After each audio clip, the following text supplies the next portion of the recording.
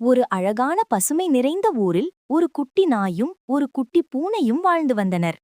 அவர்களை ஒரு அன்பான அம்மா பாசத்தோடும் கவனத்தோடும் வளர்த்துச் சென்றாள். தினமும் விளையாடி சாப்பிட்டு சிரித்து மகிழ்ந்தனர். ஒரு நாள் நாய்க்குட்டி பூனைக்குட்டியிடம் சொன்னது, நாம் ஏன் எப்போதும் வீட்டில்தான் இருக்கணும், காற்றுல சுதந்திரமா பறக்கணும்னு தோணுது.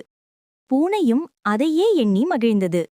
அதனால் இருவரும் மறைமறையாக ஒரு முடிவு செய்தனர். அடுத்த நாள் அதிகாலையில் வீட்டை விட்டு கிளம்பி சுதந்திரம் அனுபவிக்க, அடுத்த நாள் அம்மா தூங்கிக் கொண்டிருக்கும்போது நாய் பூனை இருவரும் வெளியேறி விடுகின்றனர். வழியில் ஒரு கோழியை சந்தித்தார்கள். எங்கு போறீங்க என்று கோழி கேட்டது. காட்டுக்கு போய் சுதந்திரமாக வாழணும் என்றார்கள். கோழியும் மிகுந்த ஆர்வத்துடன், நானும் உங்களோட வந்துடலாமா என்று கேட்டது. அப்படி மூவரும் சேர்ந்து பயணம் தொடர்ந்தனர். சிறிது தூரம் சென்றபோது ஒரு கூண்டில் சிக்கியிருந்த கிளி அழுது கொண்டிருந்தது. நீ இப்படி சிக்கிக்கிட்டு எப்படி இருக்க முடியும், நாம காட்டுக்கு போறோம், நீயும் வா என்று நாய் கூறியது. அவர்கள் கூண்டை திறந்து கிளியையும் தங்களுடன் அழைத்துச் சென்றனர். அப்பொழுது ஒரு பெரிய யானை ஆற்றில் விளையாடிக் கொண்டிருந்தது. சில நேரம் கழித்து அனைவருக்கும் தாகம் அதிகமானது. குடிக்க தண்ணீர் எங்கும் தெரியவில்லை. வேறு வழியில்லாமல் யானை விளையாடியிருந்த ஆற்றிலிருந்த தண்ணீரை பயத்துடன் குடித்தனர்.